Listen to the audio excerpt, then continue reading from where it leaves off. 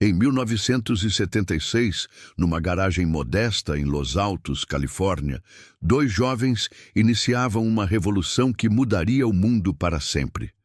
Steve Jobs e Steve Wozniak não tinham ideia de que estavam criando muito mais que computadores. Estavam plantando a semente de uma filosofia que transformaria a tecnologia de um mistério aterrorizante em algo acessível, desejável, humano. A Apple havia nascido com uma missão clara e audaciosa: democratizar a computação pessoal, colocando o poder da tecnologia nas mãos de pessoas comuns. O jovem Jobs, com sua intensidade quase obsessiva, enxergava algo que outros não conseguiam ver. Enquanto o mundo considerava computadores como máquinas gigantescas destinadas apenas a empresas e universidades, ele sonhava com um computador em cada casa, em cada mesa. O Apple II, lançado em 1977, não foi apenas um produto técnico. Foi a primeira confirmação de sua visão. Este computador revolucionário trouxe a computação pessoal para a realidade, e as pessoas começaram a perceber que a tecnologia podia servir aos seus propósitos, não o contrário. Mas Steve Jobs possuía um talento raro e extraordinário: a capacidade de transformar circuitos eletrônicos em objetos de desejo. Ele entendia que a tecnologia precisava ser bela, intuitiva, elegante. Não bastava que funcionasse bem, precisava despertar emoção, seduzir os sentidos, contar uma história. A obsessão por cada detalhe, por cada curva, por cada pixel, tornou-se sua assinatura. Enquanto seus engenheiros pensavam em processadores e memória, Jobs pensava em como as pessoas se sentiriam ao usar aquele produto. O lançamento do Macintosh em 1984 consolidou esta filosofia. Pela primeira vez, um computador possuía uma interface gráfica intuitiva, amigável, revolucionária. As pessoas não precisavam memorizar comandos obscuros. Podiam simplesmente apontar e clicar. Jobs havia transformado máquinas de calcular em ferramentas criativas, em extensões da imaginação humana. O Macintosh não era apenas mais rápido ou mais potente que seus concorrentes. Era fundamentalmente diferente, pensado pelo seu criador como uma obra de arte funcional. Porém, aquela mesma personalidade exigente e perfeccionista que impulsionava a inovação começava a gerar tensões crescentes dentro da empresa. Jobs era conhecido por sua autoridade absoluta, suas críticas severas, sua intolerância com a mediocridade. Para ele, simplesmente bom era inaceitável. Precisava ser perfeito.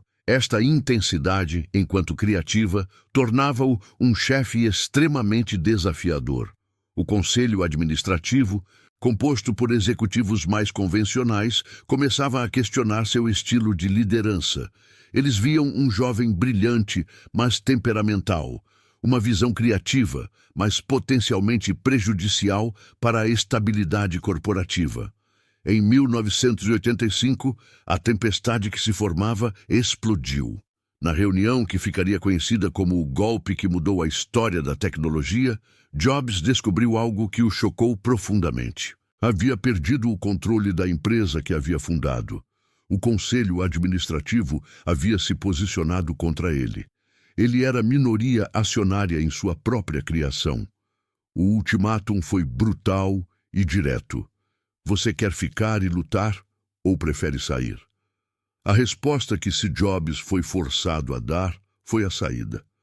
Aquele homem que havia nascido numa garagem, que havia construído uma empresa avaliada em bilhões, que havia mudado a indústria da computação, acordou um dia sem ser mais CEO da Apple. A humilhação pública foi devastadora. Sua identidade havia sido construída em torno daquela empresa, daquela missão, daquela revolução. Agora, aos 30 anos, ele era um rejeitado, um fracassado aos olhos de muitos. Antes de continuarmos, inscreva-se no canal e conte-nos nos comentários de onde você está assistindo. Parte 2. o deserto criativo e a transformação. Mas Steve Jobs nunca foi do tipo que aceita a derrota. Semanas depois de sair da Apple, ele já havia tomado uma decisão que chocaria o mercado. Fundaria sua própria empresa de computadores. Em 1985, com 22 milhões de dólares do seu próprio bolso, nasceu a Next Computer. Era uma aposta arriscada, quase suicida. Todos sabiam disso. Seus consultores tentavam dissuadi-lo. Os investidores hesitavam, mas ele carregava algo que dinheiro não podia comprar, a obsessão de um homem que tinha algo a provar. A Next produzia máquinas extraordinariamente inovadoras para sua época. Eram computadores pensados para universidades e profissionais criativos, máquinas poderosas com design impecável. Mas havia um problema que nenhuma inovação poderia resolver. O mercado não as queria no volume que Jobs esperava. Comercialmente, a Next foi um fracasso. Anéis após ano, a empresa queimava dinheiro enquanto seus computadores permaneciam em nichos isolados. Era humilhante novamente. Então, em 1986, algo inesperado aconteceu. Jobs adquiriu a divisão de gráficos da Lucasfilm, a empresa de George Lucas, especializada em computação gráfica. A maioria via aquilo como outra aposta fracassada de um CEO obsessivo. Ele chamou aquela divisão de Pixar. Poucos compreendiam o que ele realmente estava construindo. Naquela pequena equipe estava Ed Catmull, um visionário que entendia o poder da animação digital. Juntos, Jobs e Catmull começaram a criar algo que transcendia computadores: arte em movimento. Durante toda a década de 90, enquanto a Next languia, a Pixar trabalhava em segredo. Ano após ano, Jobs investia mais. Amigos perguntavam se ele havia enlouquecido.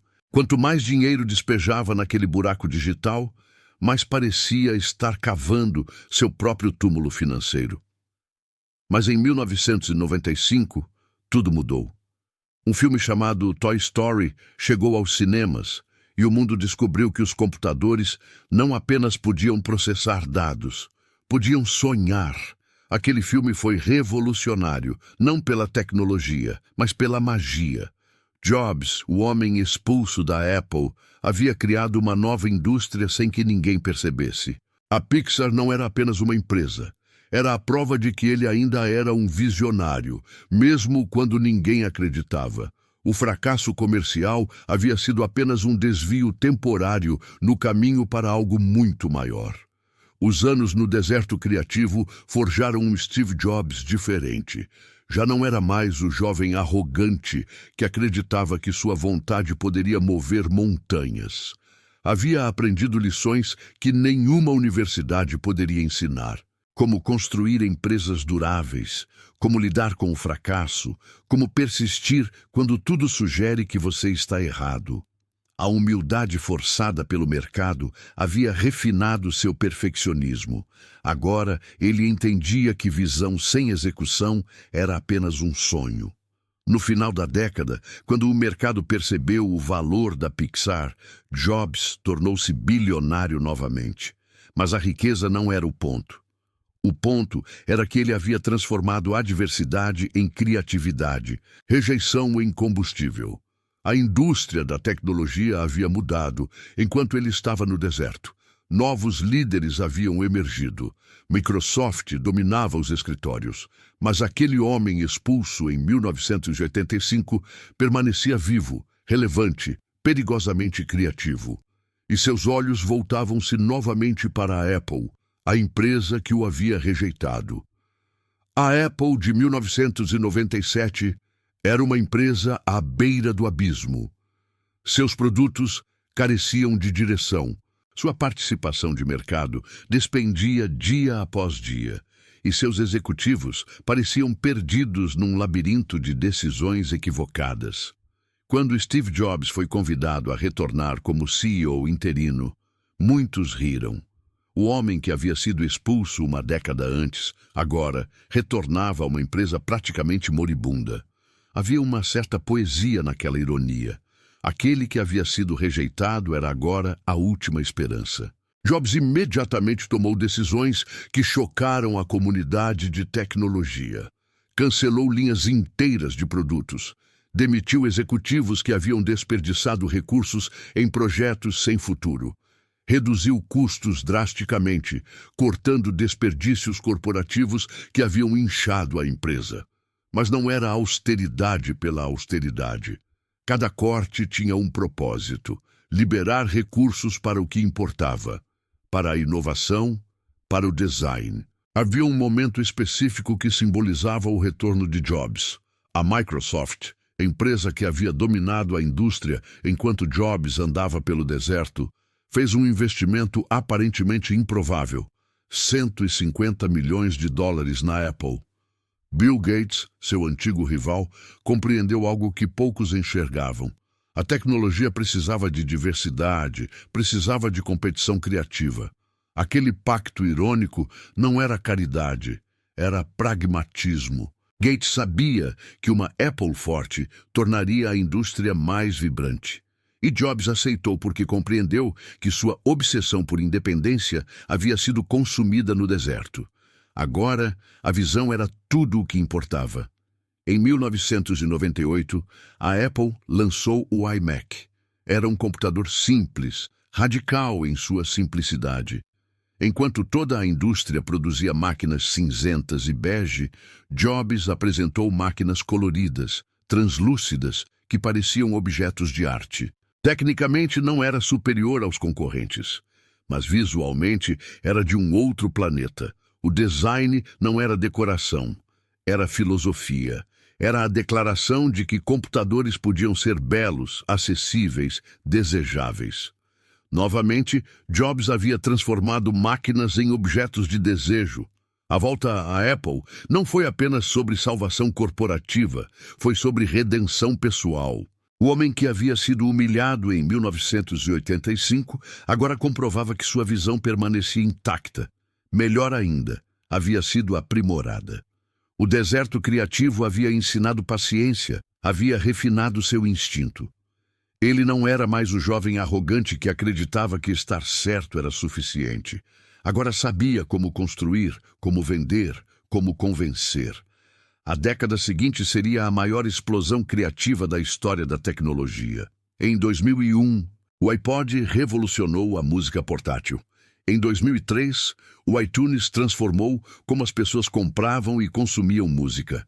E em 2007, o iPhone redefiniu o que um computador poderia ser. Não eram apenas dispositivos, eram extensões da imaginação humana, ferramentas que mudavam como os seres humanos se relacionavam com tecnologia e, portanto, uns com os outros. A Apple, que havia estado à beira da morte em 1997, tornou-se a empresa mais valiosa do mundo. Jobs havia vencido, mas essa vitória não era simples vingança, era a validação de uma filosofia. Que visão persistente, humildade ganha através do fracasso e obsessão pelo detalhe podiam transformar indústrias. A jornada completa de Steve Jobs ensinava algo fundamental. O fracasso não definia o futuro, a rejeição não era final. Um homem expulso de sua própria empresa havia retornado, não para competir, mas para dominar. Havia transformado humilhação em combustível criativo. Sua história prova que perdedores podem retornar como lendas, que a diversidade, quando abraçada corretamente, torna-se o solo fértil para a excelência.